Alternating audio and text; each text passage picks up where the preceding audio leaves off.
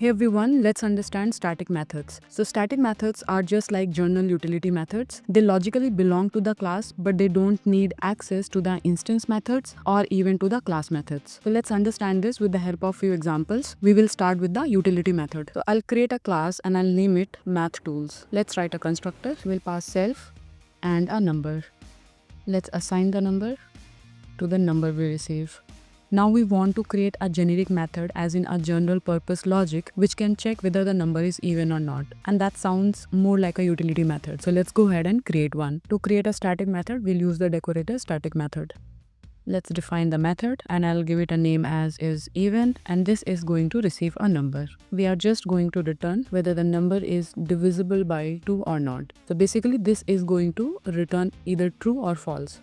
Now in order to access this method, I don't have to create an object of the class, as in I don't need to create any instance. I can directly use the class name and dot static method name. And this is expecting an argument, so I'll pass 4. Let's save and run this. I also need to print this.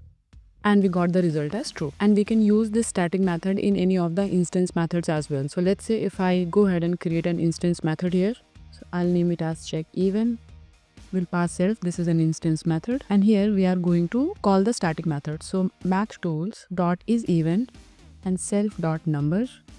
If this returns true, then we'll print a statement self dot number is even, else self dot number is odd. So now as we already had a general utility method to check if a number is even or not, we are directly able to call the method and check for a number being even or not. And now if I go ahead and create instances, I will be able to check whether the actual number stored in the object is even or not. So if I go here, let's create an object and we will pass a number here. So let's say 10 and let's create one more. I'll give 7 and now we can call the instance method. So m1.checkEven and m2.checkEven.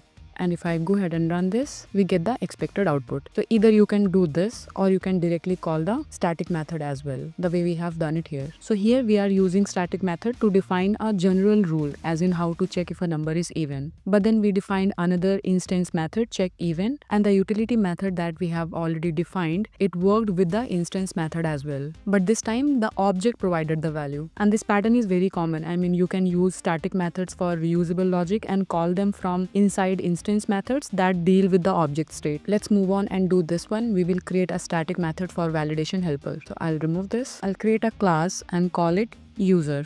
We'll define a constructor. We'll pass self and username. Let's do the assignment. So self.username is equals to the username that we receive. And I will also print a statement saying user self.username created. Now we'll go ahead and create a static method to check whether the username that has been created is valid or not. So basically we can put any normal validation logic, as in like, if the length is let's say greater than or equals to 5 or not, and if the username contains characters from A to Z, like small or capital. So let's go ahead and create a static method for that. Use the decorator static method.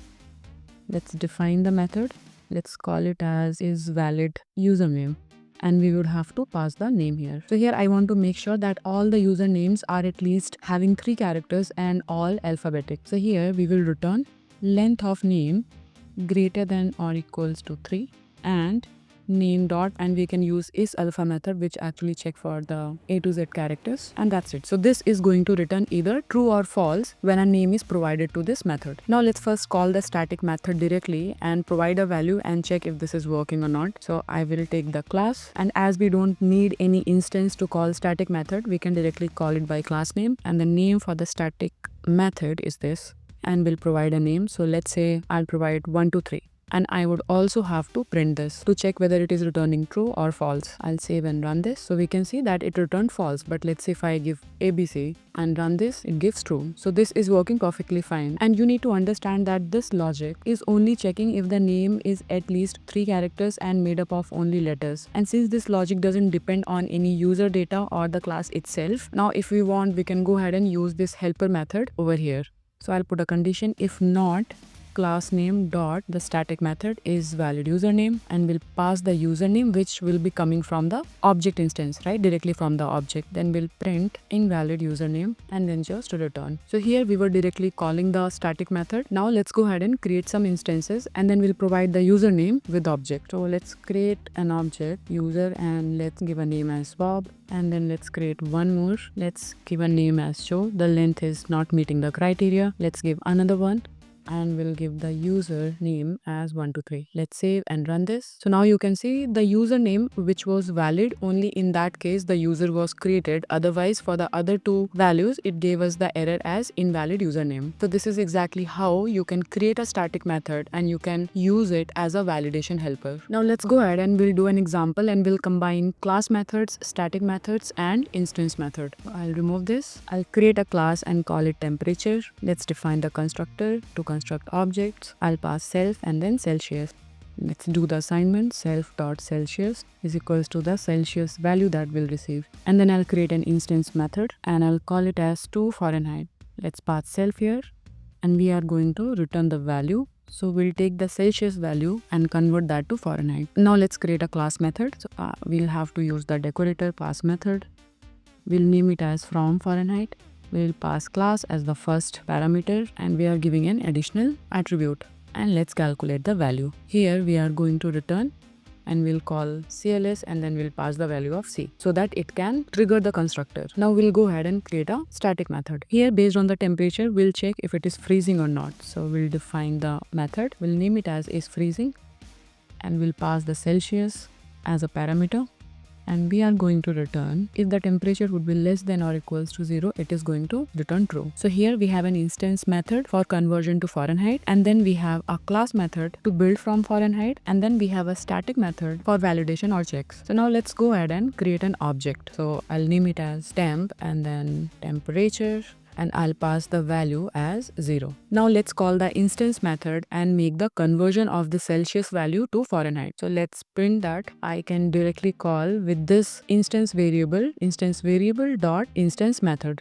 So 2 underscore, I'll just copy this and paste it here. And this is anyway how exactly instance methods work, right? So if I go ahead and run this, we'll get the value. And to call the static method, we can directly mention the class name. So first we'll write it under print because we have not included any print statement here, right? So the class name is temperature, and we can directly call the static method, which is freezing, and we'll pass a value, let's say 0. If I save this and run this, it will return true. Now let's create one more variable, and this time we are going to call the class method. And if you remember from the previous session, in order to call the class method, we give the class name and then dot class method name, and let's pass a value as, let's say 50. So now when this is going to call this method, class method, it is going to do the conversion, and then it is going to make this call. So this is nothing but the class itself, and when this gets called, the constructor gets triggered, and that's how the object here gets created. And now let's also print this value, temp2 dot Celsius. Let's save and run this, and here you can see all the respective output. So here we used instance method, which we generally use for regular object behavior, and then we used class method, which we generally use for any shared logic, or we use it as a factory method. And then we also used static method, which acts like a utility function,